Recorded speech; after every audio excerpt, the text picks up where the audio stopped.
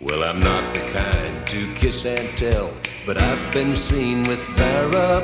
I've never been with anything less than a 9. So fine, I've been on fire with Sally Field, gone fast with a girl named Bo, but somehow they just don't end up as mine. It's a death-defying life I lead. I take my chances. I die for living in the movies and TV.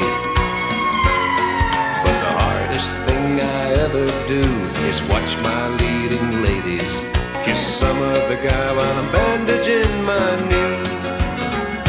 I might fall from a tall building, I might roll a brand new car, 'cause I'm the unknown stuntman that made Redford such a star.